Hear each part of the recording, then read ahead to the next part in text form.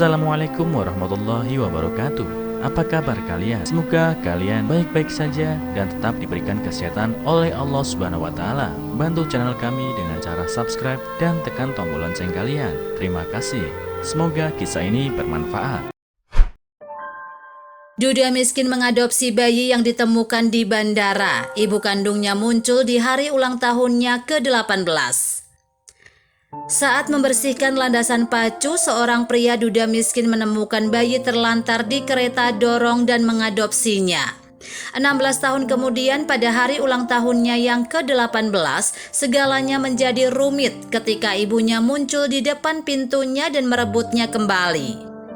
Henry, 41 tahun, adalah seorang duda 4 anak yang bekerja sebagai petugas kebersihan di bandara untuk bisa merawat mereka.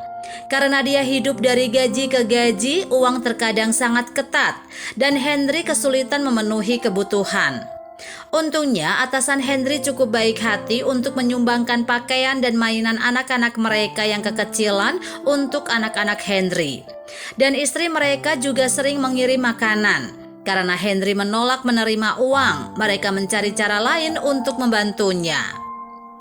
Suatu hari setelah pesawat mendarat, Henry sedang menyapu landasan ketika dia menemukan kereta dorong bayi yang ditinggalkan.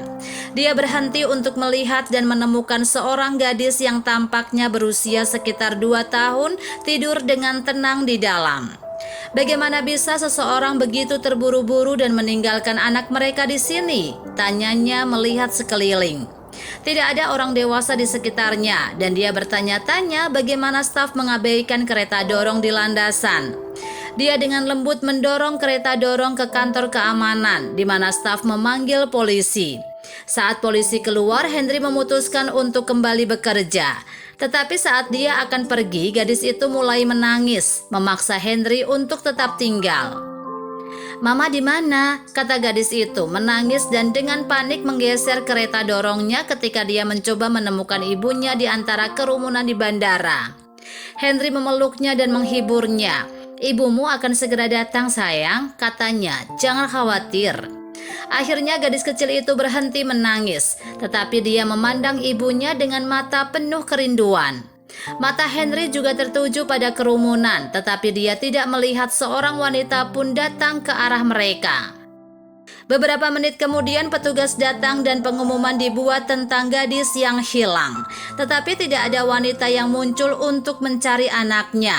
Ketika polisi bertanya tentang orang tuanya, anak sekecil itu tidak bisa berkata banyak. Pada saat itu, Henry tahu dia tidak bisa meninggalkan gadis itu sendirian. Sebagai seorang ayah, dia semakin menyayanginya. Meskipun dia tahu itu akan sulit, dia memutuskan untuk menerimanya. Dia mengatakan kepada petugas polisi bahwa dia memiliki 4 anak dan bersedia merawat gadis itu. Petugas polisi awalnya enggan, tetapi setelah memeriksa ID-nya dan mengumpulkan lebih banyak informasi tentang dia, mereka mengizinkannya untuk membawa pulang gadis itu untuk malam itu. Kantor kesejahteraan anak akan menjemputnya keesokan harinya. Henry setuju. Dalam perjalanan pulang, Henry berhenti di toko kelontong untuk membeli makanan dan membeli popok untuk gadis itu. Di rumah, anak-anak Henry tidak sabar untuk bertemu dengan mereka. Gadis itu tampak bahagia.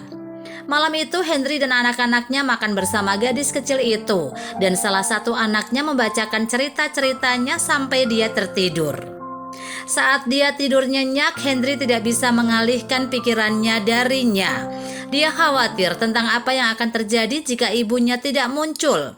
Dia tahu bahwa mengirim gadis itu ke panti asuhan akan sangat buruk. Jadi dia mulai mempertimbangkan kemungkinan untuk mengadopsinya. Dan keesokan paginya dia yakin. Tetapi ketika layanan anak tiba keesokan paginya, pekerja sosial itu enggan membiarkan gadis itu bersamanya. Hanya setelah berjam-jam persuasi mereka setuju untuk merawatnya. Tetapi dengan satu syarat, dia pertama kali diberi status orang tua asuh dan harus lulus pemeriksaan latar belakang yang dia lakukan. Berbulan-bulan berlalu dan sayangnya penyelidikan polisi tidak membuahkan hasil. Ibu gadis kecil itu tidak ditemukan, jadi Henry akhirnya mengadopsinya. Dia menamakannya Blessy karena dia percaya dia adalah berkah. Sedikit yang dia tahu tentang masalah yang menunggunya. Henry dan anak-anaknya memuja Blessy. Anak-anak membantunya mengganti popok Blessy dan bahkan memberi makan dan memandikannya secara bergiliran. Setiap hari Blessy dengan cepat menyesuaikan diri dengan keluarga Henry. Bos Henry telah menaikkan gajinya sehingga keuangannya dalam kondisi yang lebih baik dan dia bisa merawat anak-anaknya dengan lebih baik. Setelah beberapa tahun dia ditawari pekerjaan yang lebih baik dengan gaji yang lebih tinggi. Segalanya tampak berjalan baik dalam kehidupan Henry sampai ketukan tak terduga di pintu pada ulang tahun Blessy yang ke-18 mengubah segalanya. Di depan pintunya berdiri seorang wanita dengan pakaian mahal dan sepatu hak stiletto yang mengkilap. Hatinya tenggelam ketika dia melihat betapa miripnya dia dengan Blessy. Henry Pet, saya Alison Morales. Anda membawa putri saya 16 tahun lalu dan saya di sini untuk membawanya kembali. Saya akan memberi uang sebagai gantinya, katanya. Henry merasa seluruh dunianya runtuh di sekelilingnya. Kamu datang ke sini untuknya. Kemana saja kamu selama ini? Keluar sebelum aku memanggil polisi itu tidak ada hubungannya dengan uangmu. Wanita itu mulai tertawa dan Henry kewalahan oleh kekasarannya. Oh Henry, tidak apa-apa. Jangan terlalu kesal tentang itu. Dengar, aku tidak berpikir jernih saat itu. Aku belum siap untuk menjadi ibu. Kehidupan seorang wanita tidak hanya tentang anak-anak. Sekarang aku ingin dia kembali. Kembali, Henry menjawab. Dengarkan, putriku bukanlah barang dagangan yang bisa kamu tinggalkan kapanpun kamu mau dan kemudian datang ke sini untuk menjemputnya. Saya secara hukum mengadopsinya dan dia tidak ada hubungannya dengan Anda.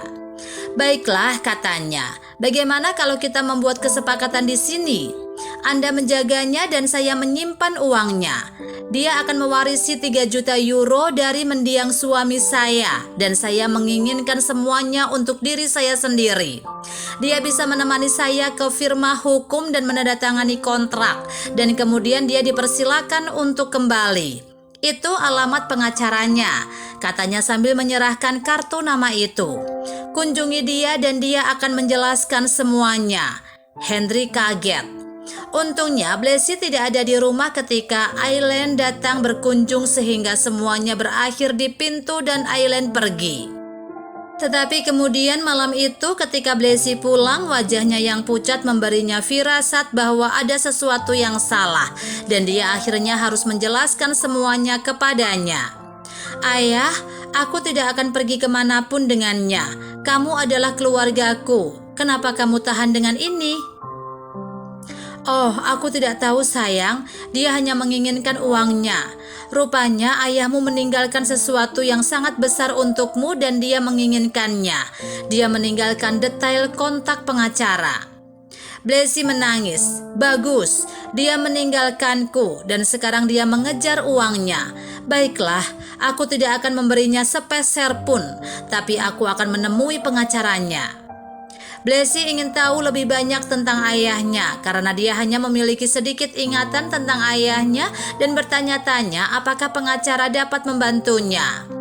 Keesokan harinya dia mengunjungi firma hukum bersama Henry dan kebenaran terungkap. Ternyata ayahnya Ronald adalah orang kaya dan Aileen menikahinya hanya karena uang. Dia tidak pernah ingin melahirkan Blessy. Tetapi dia harus berpura-pura menjadi ibu yang baik karena dia ingin berada dalam wasiat Ronald. Sayangnya Ronald meninggal dalam kecelakaan mobil tak lama setelah Blessy berusia 2 tahun. Tetapi sebelum dia meninggal dia telah mengubah wasiatnya dan tidak disadari oleh Aileen. Ketika dia mengetahui bahwa dia bukan bagian dari surat wasiat dan bahwa Blessy akan menerima kekayaan ketika dia berusia 18 tahun, dia sangat marah. Sampai saat ini dia tidak ingin tahu apa-apa tentang Blessy. Dia telah pindah ke luar negeri dengan pacarnya. Dia memutuskan untuk menunggu sampai Blessy berusia 18 tahun untuk menemukannya. Dia pantas membusuk di neraka, teriak gadis itu ketika mendengar itu semua. Aku akan membencinya seumur hidupku. Dia menginginkan uangnya. Akhirnya Blessy tidak menandatangani dokumen untuk penghentian warisan. Jadi uang itu dikirim kepadanya dan Henry. Aileen mencoba menghubunginya, tetapi dia akhirnya berhenti ketika mereka melaporkannya ke polisi. Aku sangat senang menemukanmu, Ayah, Blessy memberitahu Henry suatu malam. Bisakah kamu percaya ibuku kembali ke hidupku hanya karena dia menginginkan uang? Aku membencinya. Tapi seharusnya tidak, kata Henry padanya. Lihat, hal-hal buruk dalam hidup membuat kita menyadari betapa pentingnya hal-hal baik. Jika dia tidak seburuk itu, aku tidak akan menemukan anak perempuan sepertimu. Aku mencintaimu, sayang. Aku sangat beruntung memilikimu, tambahnya sambil berpelukan. Apa yang bisa kita pelajari dari cerita ini? Seorang ibu sejati tidak akan pernah meninggalkan anaknya, bahkan untuk uang miliaran. Meskipun Aileen melahirkan Blessy, dia tidak pernah menjadi ibu baginya. Pada akhirnya dia mendapatkan apa yang pantas dia dapatkan. Tidak ada apa-apa. Hati yang memberi cinta menerima cinta. Henry mengadopsi Blessy dan membesarkannya meskipun dia tidak sekaya itu. Tumbuh dewasa, Blessy menghargai itu dan merasa diberkati memiliki ayah seperti dia.